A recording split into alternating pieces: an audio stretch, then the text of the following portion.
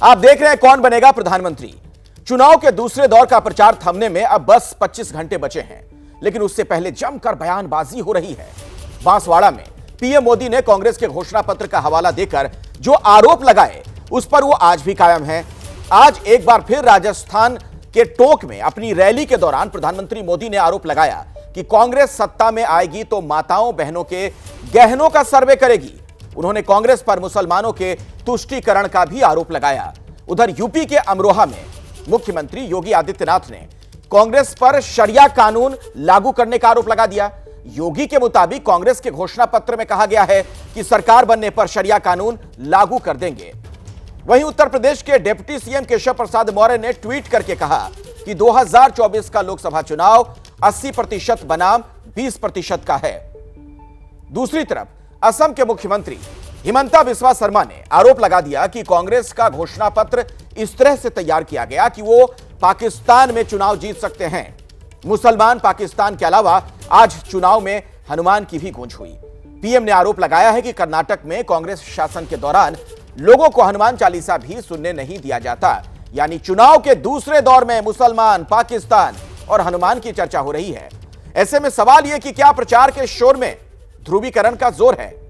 आज इसी पर बहस होगी, लेकिन पहले वार पलटवार कैसे हुआ है आप देख लीजिए।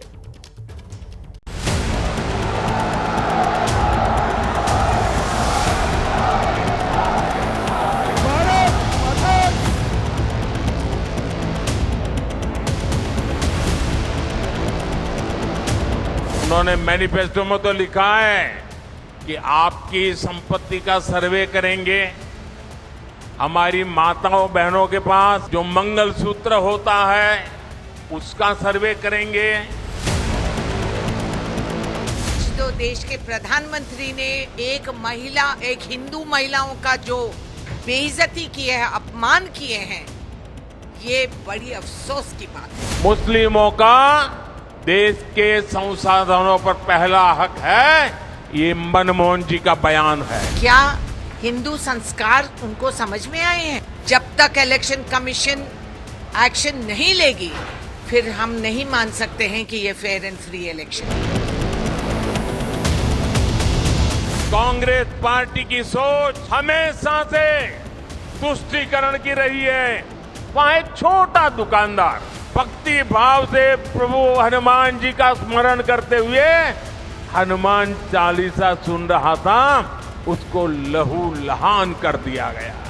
डेवलपमेंट पे नहीं लड़ रहे हैं, बेरोजगारी पे नहीं लड़ रहे हैं, महंगाई क्यों हुई उस पे नहीं लड़ रहे हैं, वो हिंदू मुस्लिम का झगड़ा कराने में लड़ रहे हैं। कांग्रेस के राज में हनुमान चालीसा सुनना भी गुनाह हो जाता है। कांग्रेस 50-60 साल यहाँ हुकूमत करती रही। कितने खुदा ना खास्ता हमारी बच्चियों, हमारी बेटियों के मंगलसूत्र कांग्रेस ने ले लिए और मुसलमानों को दे दिए। कांग्रेस के लोग अपने घोषणा पत्र में इस बात की चर्चा करते हैं कि हम व्यक्तिगत कानून को लागू करेंगे, यानी शरिया कानून लागू करेंगे। एनडीए बीजेपी की फ्रस्ट्रेशन है, वो देख रहे हैं कि जो इंडिया का ब्लॉक है वो आगे चल रहा है। ये देश बाबा साहब भीमराव अम्बेडकर के द्वारा बनाए गए संविधान से चलेगा या किसी शरीयत से चलेगा? कांग्रेस हो या एनडीए हो, मैं रिलीजियस और कास्ट पॉलिटिक्स दोनों के खिलाफ हूं। प्रधानमंत्री जो कर रहे हैं ना, वो देश को कमजोर कर रहे हैं। आप कैसे कह रहे हैं कि मुसलमान बच्चे ज्यादा पैदा करते हैं? क्या प्रूफ है आपके, बताइए। पूरा देश जानता है कि मनमोहन सिंह ने कहा था कि देश के संसाधन पर माइनॉरिटी का पहला अधिकार है। अब मैं कांग्रेस के लोगों को पूछना चाहता, इसका मतलब क्या है? इस देश में कोई संविधान है या नहीं? कि दिन भर जो है ना एक झूठ पर चर्चा होती है, सच्चाई पर बात नहीं। सच्चाई ये है कि इस देश में ऐतिहासिक रूप से सबसे ज्यादा बेरोजगारी है। बहनों भाइयों, क्या आप कांग्रेस और समाजवादी पार्टी को अपनी संपत्ति पर डकैती डालने की छूट देना चाहते हैं क्या? हिंदुत्व की आड़ में हो रही जुल्म जाति भी यह काफी ज्यादा चरम सीमा पर पहुंच चुकी है।